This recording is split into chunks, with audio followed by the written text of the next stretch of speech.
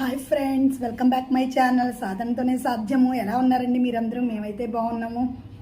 వానలు అయితే తగ్గలేదండి, తగ్గాయి అనుకున్నాం కానీ మళ్ళీ పడుతూనే ఉన్నాయి. ఒక్కరోజు తెరిపించింది అంతే మాకు. మళ్ళీ తెలంగాణలో వానలు అనేవి పడుతూనే ఉన్నాయండి.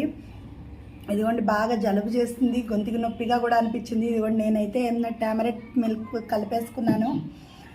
పసుపు పాలలో పసుపు వేసుకొని తాగినట్లయితే మన పూర్వకాల పద్ధతులు పాటిస్తేనే ఇప్పుడు బాగుంటున్నాయండి. ఇంగ్లీష్ మందుల కంటే కూడా అవి వేరే ఎఫెక్ట్స్ చూపిస్తున్నాయి. అంటే ఒక్కొక్కసారి వాడాలి అంటే తప్పదు. ఇంట్లో మాత్రం చిన్న చిన్న చిడకాలు జలుబు చేసినప్పుడు కానీ, గొంతు నొప్పి ఏదన్నా కొద్దిగా తేడా చేసినప్పుడు నేనైతే పిల్లలకైనా సరే ఇలా పసుపు పాలను కల్పిస్తానండి. నేను పాలలో పసుపు వేసి చాలా బాగుంటుంది. అసలు ఆ రెమెడీ కూడా చక్కగా కనిపించేస్తుందండి, మనకి వెంటనే కనిపిస్తుంది. అందుకే నేనైతే తాగేస్తున్నాను. కొద్దిగా పంచదార వేసుకొని వేడివేడి పాలలో పసుపు వేసుకొని తాగినట్లయితే మంచి ప్రభావం ఉంటుంది. ఇదిగోండి మళ్ళీ కరోనా తిరగబెట్టింది అంటున్నారు కదా, మనకేం ప్రాబ్లం లేదండి. మనం ధైర్యంగా ఉండి జాగ్రత్తగా చిన్న చిన్న రెమెడీలు చేసుకున్నట్లయితే మనం ఇంట్లోనే ఉండి మనల్ని ఏది కూడా ఏమీ చేయదు. ముందు ధైర్యాన్ని మాత్రం మనం కోల్పోకూడదు అన్నదే నా సిద్ధాంతం. ధైర్యంగా ఉండాలి, ప్రతిదాన్ని ఎదుర్కోవాలి అంతే. ప్రతిదానికి బెంబేలు ఎత్తిపోతే ఎట్లా అండి? అంతే కదా, మీరు కూడా అంతేనండి, ధైర్యంగా ఉంటున్నారు కదా. వానాకాలం మామూలుగానే జలుబు దగ్గులు వస్తూనే ఉంటాయి మా పిల్లలకు కూడా. నేనైతే తులసి రసం కానీ పాలలో తులసి రసం వేసి కలిపిస్తూ ఉంటాను. పాలలో ఇలాగా పసుపు వేసి కలిపిస్తాను. ఒక్కొక్కసారి ఏమో మిరియాల పొడి పాలలో వేసి మిరియాల పాలు పట్టిస్తాను. అట్లా రకరకాలుగా 1 వీక్ ఒకసారి అలా చేస్తూ ఉన్నట్లయితే మనకి ఇలాంటి జలుబులు, కామన్ కోల్డ్ అనేది మనల్ని ఏమీ చేయలేదండి. ఇమ్యూనిటీ కూడా పెరుగుతుంది. అసలు ఇలా తాగినట్లయితే మనం వేడి చేస్తుంది అది ఇది అని అంటాం. స్టమక్లో ఏమన్నా వైరస్లు కానీ లేకపోతే ఏమన్నా అన్డైజెషన్ ఉన్నా సరే ఇవి తాగటం వలన శుభ్రంగా క్లియర్ అయిపోతుంది మనకి. మీరు కూడా ట్రై చేయండి. మార్నింగ్ అనే కాదు, ఎప్పుడైనా తాగొచ్చు. నేనైతే 10ంటికో అలా కలుపుకుంటూ ఉంటాను. ఇప్పుడు 10:30 అలా అయిందండి టైము. అప్పుడు కలుపుకొని తాగుతూ ఉంటాను. ఈరోజు టాపిక్ వచ్చేసి మనకి నేను ఏ విధంగా వెన్న తయారు చేశాను. నేను 15 రోజులకు ఒకసారి వెన్న కాదు, పాల మీద మేగడ ఒక్కొక్కసారి తీస్తూ ఉంటాను. పెరుగు మీద మర్చిపోయి పెరుగు తోడు పెట్టేసినట్లయితే పెరుగు మీద మేగడ కూడా 2 కలిపేసి ఒక డబ్బాలో స్టోర్ చేసి ఉంచుకుంటాను. దాన్ని అయితే మా పిన్నత్త గారు గరిడితోనే తీస్తారు మజ్జిగలోంచి వెన్న. నేనైతే మాత్రం మిక్సీలో వేసేసుకుంటానండి.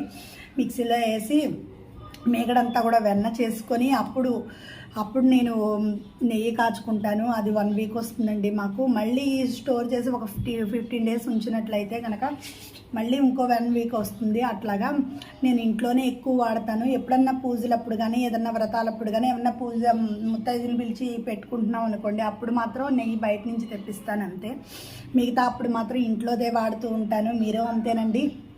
నెయ్యి ఇంట్లో వాడుకుంటే మనకి స్వచ్ఛంగా ఉన్నట్లు అనిపిస్తుంది. అంటే ఏ కెమికల్స్ కూడా కలపకుండా బయట నుంచి తెచ్చుకుంటున్నాం అనుకోండి, అది నిల్వ ఉండేందుకు ఏదో ఒక కెమికల్ అనేది కలుపుతూ ఉంటారు. అది కూడా నెయ్యితో పాటు మన పొట్టలోకి అనేది వెళ్ళిపోతుంది. అంతే కదండి. అలా కాకుండా మన ఇంట్లోనే మనం చేసుకున్నట్లయితే ఫ్రిడ్జ్లో పెట్టి ఉంచుకున్నాం అనుకోండి, మనకి ఏ కెమికల్స్ ఉండదు, ఫ్రెష్గా తిన్న ఫీలింగ్ కూడా మనకి అనిపిస్తుంది. అంతే కదండి. నేను అందుకే మేగడని ఎక్కువ, అంతకుముందు నాకు రాదండి అసలు మేగడ ఎలా చేయాలో కూడా. ఏంటో పెళ్ళైన కొత్తలో అనమాట. అంతకుముందు అంటే అప్పట్లో నాకు తెలియదు ఎలా చేయాలి ఏంటన్నది.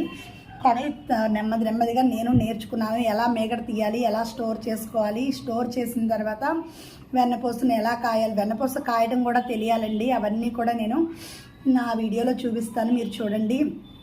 మా అత్తయ్య గారికి బ్యాక్ పెయిన్ అయినట్లయితే హాస్పిటల్కి వెళ్తే ఒక బెల్ట్ ఒకటి ఇచ్చారు. ఆ బెల్ట్ని కూడా మీకు ఎక్స్ప్లెయిన్ చేస్తాను, అది కూడా మీకు ఉపయోగపడుతుంది. అది చూడండి. ఆ బెల్ట్ని ఏ విధంగా యూజ్ చేసుకోవచ్చానండి. నాకు కూడా బ్యాక్ పెయిన్ వస్తుందండి. 2-3 సార్లు నేను యూజ్ చేశాను దాన్ని. చూడండి మీరు కూడా. కొద్దిగా బ్యాక్ పెయిన్ ఉన్నట్లయితే ఆ హీట్ వలన కొద్దిగా తగ్గుతున్నట్లుగా అనిపించింది నాకు కూడా. చక్కగా చూడండి. ఓకే అండి, ఇంకా వీడియోలోకి వెళ్ళిపోదాము.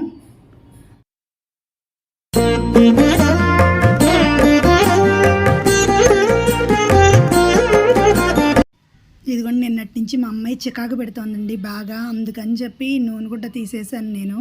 అలా చిరాకు పడుతూ 24 గంటలు అలా పిల్ల నసుకుతూ ఉన్నట్లయితే కొద్దిగా దిష్టి తీసేస్తే పోతుందని చెప్పేవాళ్ళు. చిన్నప్పటి నుంచి నేను అలాగే నూనె గుడ్డ తీసేసేదానండి. నూనె చుక్కలు కనుక ఎక్కువగా పడినట్లయితే ఇలా నూనె గుడ్డ తీసేసి కాల్చినప్పుడు కట్ అయిపోయింది మనకి అప్పుడు దిష్టి బాగా ఉన్నట్లు లెక్కండి.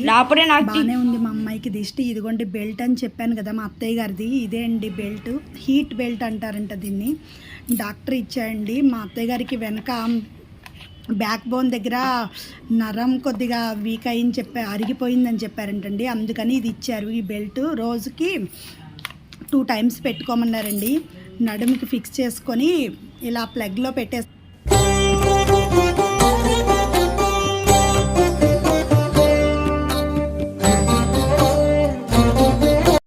ఇదిగోండి ఇదే విధంగా బ్యాక్కి ఫిట్ చేసుకోవాలండి. మనం క్లాత్ లేకుండా పెట్టుకోకూడదంటండి. మన చీర కానీ డ్రెస్ మీద కానీ పెట్టేసుకోవచ్చు.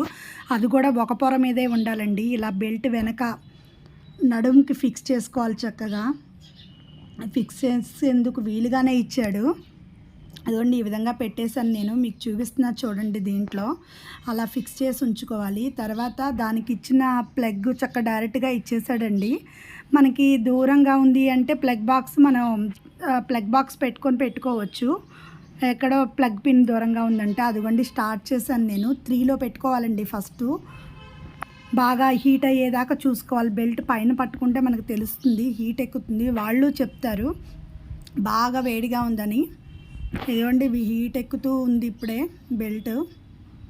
అలా ఒక పొర మీద వేసుకోవాలండి. పొర లేకుండా మాత్రం ఉత్తి ఒంటి మీద పెట్టుకోకూడదంట, చర్మం కొద్దిగా కమిలిపోతుంది. అందుకని ఇదిగోండి ఎక్కువైంది. అదిగోండి ఒకటిలోకి పెట్టేసుకుంటున్నా. 2లోకి పెట్టాను, 1లో ఉంచేసాను. కొంతసేపు అలా 1లో ఉంచి తర్వాత ఆఫ్లో పెట్టేసుకోవటమేనండి. అది ఆ విధంగా 3లో పెట్టి ఉంచుకొని తర్వాత ఆఫ్లో అలా పెట్టి ఉంచుకోవాలి. చక్కగా హీట్ అయిన తర్వాత ఒక 15 మినిట్స్ పడుతుందండి. అట్లాగా హీట్గా అయిన తర్వాత మనం ప్లగ్ తీసేసి ఉంచామంటే బెల్ట్ అలా పెట్టి ఉంచేసుకోవచ్చండి. అదిగోండి బెల్ట్ అలా పెట్టి ఉంచేసేసుకొని కొంతసేపు స్విచ్ ఆఫ్ చేసినా సరే ఆ హీట్ అంతా ఏమవుతుందంటే నడుము పీల్ చేసుకుంటుందండి, నడుముకి పడుతుందండి చక్కగా. అప్పుడు 3 అవర్స్ 4 అవర్స్.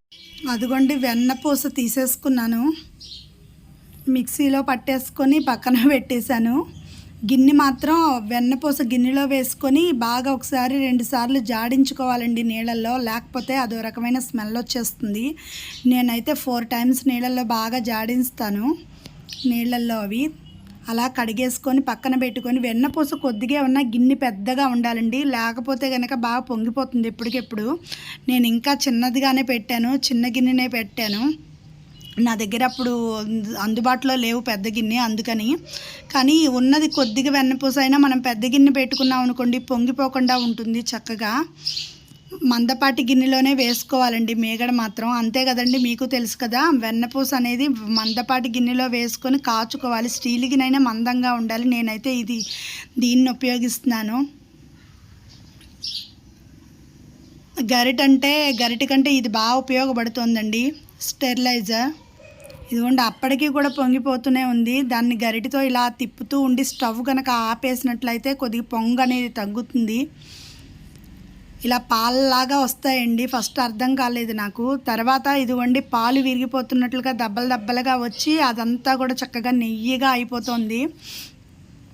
పైన మనం కానీ తిప్పుతూ ఉండాలండి, లేకపోతే అడుగంటిపోతే ఆ గిన్నె వదలదు. మళ్ళీ మనం తిప్పుతూ ఉన్నట్లయితే వెనకాల గసి కూడా, అడుగున ఉన్న గసి కూడా చక్కగా పైకి వచ్చేస్తుంది. తర్వాత వడకట్టుకోవచ్చు. అదిగోండి నెయ్యి ఇలా ఉన్నప్పుడు మాత్రం మనం కంపల్సరీగా తిప్పుతూ ఉండాలండి, అడుగు నుంచి కింద నుంచి పైకి. అప్పుడు ఏమవుతుందంటే ఆ దెబ్బలన్నీ చక్కగా ఈజీగా వచ్చేస్తాయి. వెన్న ఇలాగా కాగాలండి. పసుపచ్చలో ఉన్నప్పుడు తీసేస్తే ఎక్కువ కాలం ఉండదు, ఇలా మెరూన్ కలర్లో ఉండాలి. తర్వాత నేను స్టవ్ కట్టేసి దానిపైన మూత పెట్టి ఉంచేసుకున్నాను, చల్లారుతూ ఉంటుందని. ఇదిగోండి చల్లారిపోయింది. దాన్ని ఎర్రగా రావాలండి. నెయ్యి ఎప్పుడైనా సరే మనం కాచామంటే అప్పుడు కొద్దిగా వాసన అది రాకుండా బాగుంటుంది ఫ్రెష్గా. ఇలా ఒక చక్కగా క్లీన్గా ఉన్న బౌల్లో తీసేసుకొని మూత పెట్టి స్టోర్ చేసి ఉంచేసుకున్నాను నేను. బాగుందండి. ఇది 1 వీక్ వస్తుంది. ఇదిగోండి మాకు బొట్టు ఇచ్చారు మా తోడుకోళ్ళ వాళ్ళ అక్కయ్య గారు బారసాలకని. చాలా బాగుందండి. చూడండి మీరు కూడా ఎంత బాగుందో చక్కగా.